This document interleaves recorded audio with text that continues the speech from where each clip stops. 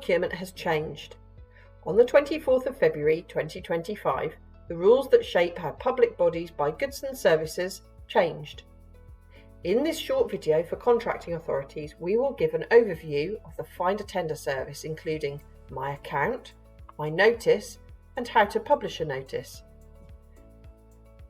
There is also a short user guide to accompany this video, which you can find on gov.uk. Just search Transforming Public Procurement Information and Guidance. For more detailed walkthrough videos, please check out the GCF YouTube site. Once logged in, contracting authorities or buyers will be able to access a section called My Account. This will show you all of the organisations that you are registered to act for. Selecting one will show you details of that organisation, including their PPON, a Public Procurement Organisation number. This is the unique identifier for the organisation. It will appear in every notice and is the way that information about that organisation is joined together digitally. This screen also allows you to manage the API keys that you give to third-party providers, often called e-senders, who publish on your behalf. You can also register your organisation as a supplier from here too, as your organisation may operate both as a buyer and as a supplier.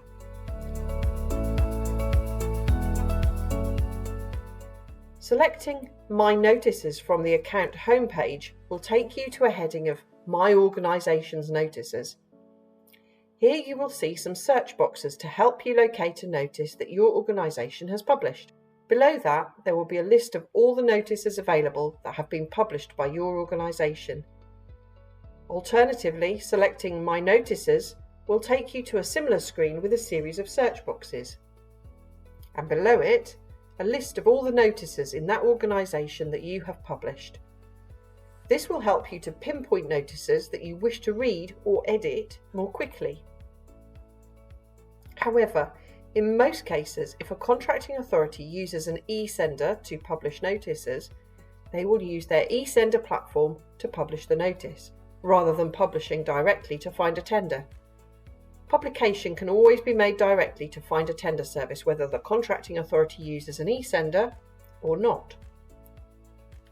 To the right-hand side, you will see a menu that has the option Create Notice at the top. Selecting this will take you to a screen where you can select the notice that you wish to publish. A point to note: all the available notices can be seen here, and whilst we are in the transition period, this will include all the notices that exist under the previous regimes. You will see that new notices are listed at the top of the list in number order. This list of notices will grow as the remaining notices are commenced in the regulations, with the pipeline notice, UK1, being the next notice to be added as it is publishable from April 2025. Let's look at how to complete and publish a notice. We will select UK4, the tender notice, to commence an open procedure. The tender notice is used for many different types of procurement, and the answers you give to questions will change the questions that you are asked.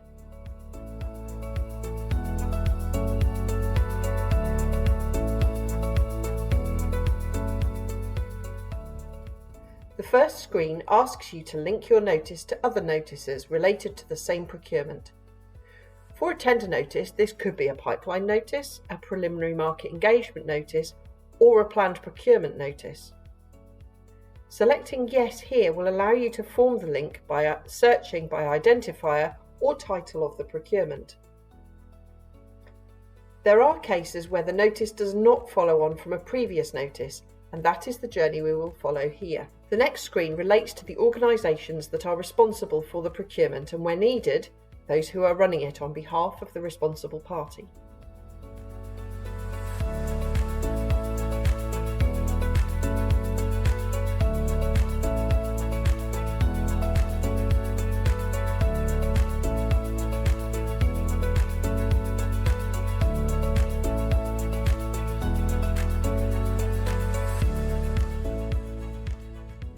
Then you turn to the completion of process part of the form and will be asked to select the process type you are using. This means selecting special regimes, setting out goods, works or services, choosing your procedure type, and clarifying whether you are reducing the tendering period. Finally, you have to state if preliminary market engagement was carried out. The next screen asks about the scope of the procurement and seeks details, including a title, a reference, and a description, along with questions relating to frameworks, lots, CPV codes, and details of where the delivery of the contract will take place. You finish the screen by adding contract values, both inclusive and exclusive of VAT, the start date and the end date of the contract, and extensions and options.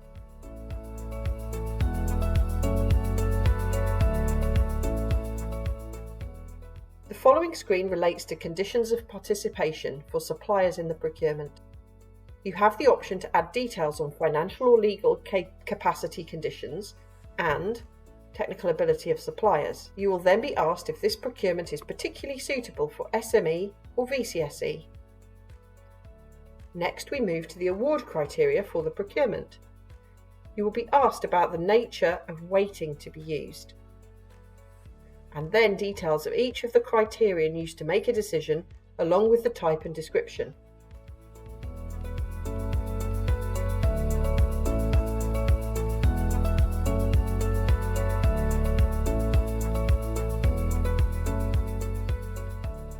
You can continue to add more criteria as needed.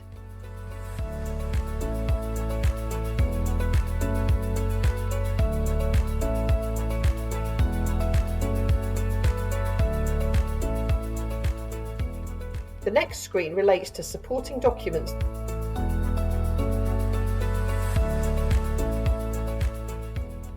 The submission page seeks details about when the clarification deadline closes, when the tenders must be submitted, and whether those tenders should be submitted electronically, followed by further details relating to the way in which suppliers should submit their tenders.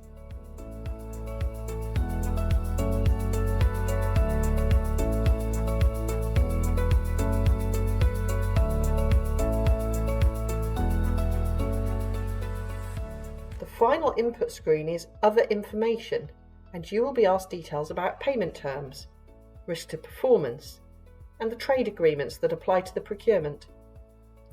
Finally, you will be asked if a conflicts assessment has been completed.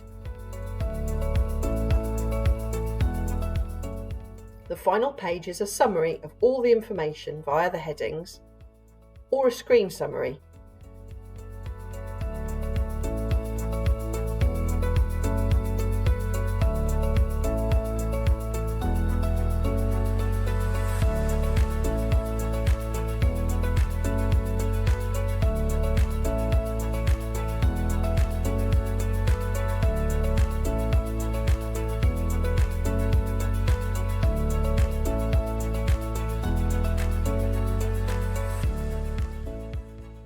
Once content, you can publish the notice by pressing Publish Notice.